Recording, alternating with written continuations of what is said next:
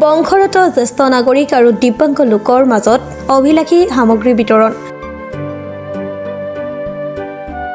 বংশৰ শুৱালকুছিৰ ভুংগেশ্বৰ প্ৰেক্ষাগৃহত ALMC-I আৰু কামৰূপ সমাজ কল্যাণ বিভাগৰ সহযোগত জ্যেষ্ঠ নাগৰিক আৰু দিব্যাংগসকলৰ বাবে ভাৰত চৰকাৰৰ ADIP আৰু RVY আঁচনিৰ অন্তৰ্গত সহায়ক সামগ্ৰী বিনামূলীয়াভাৱে বিতৰণ কৰা হয়। এই সামগ্ৰী বিতৰণ অনুষ্ঠানত উপস্থিত থাকে কামৰূপ জিলা আয়ুক্ত দেৱকুমাৰ মিশ্ৰই কয়, এনে সামগ্ৰীসমূহৰ জৰিয়তে সমাজৰ জ্যেষ্ঠ নাগৰিক আৰু দিব্যাংগ লোকসকল জীৱন যাপনৰ ক্ষেত্ৰত বাৰুকৈ উপকৃত হ'ব পাৰিব।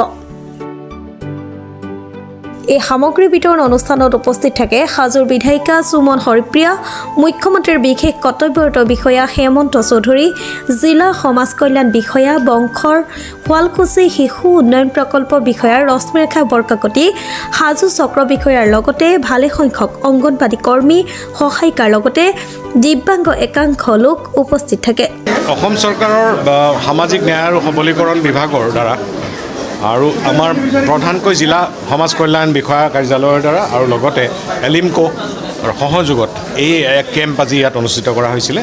এইটো জিলা পৰ্যায়ৰ কেম্পটো আজি আমি ইয়াতে আৰম্ভণি কৰিছোঁ শুৱালকুছি ICDS প্ৰজেক্টৰ ভৃংগেশ্বৰ হাইস্কুল প্ৰাংগণত, আৰু ইয়াৰ পাছত আমাৰ গোটেই জিলাখনত বিভিন্ন ঠাইত হ'ব।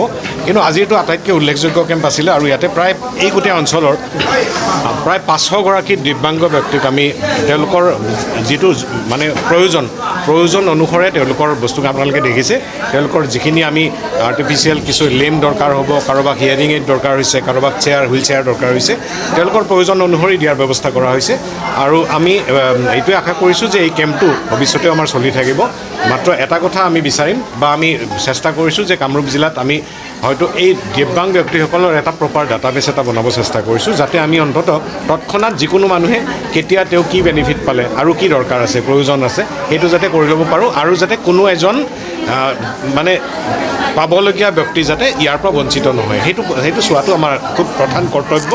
আৰু এইটোত আমি আগবাঢ়িম। আৰু মই কিছু সময় আগতো গোটেই বিভাগকো কৈছোঁ যে আমি এটা টিম হিচাপত কাম কৰিলে অন্ততঃ এই ছেক্টৰটোত আমি কিছু ফলপ্ৰসূ কাম কৰিবলৈ সক্ষম হ'ম। হাজোৰ পৰা কমলাকান্ত দাসৰ ৰিপৰ্ট, প্ৰাতঃ টাইম ডিজিটেল।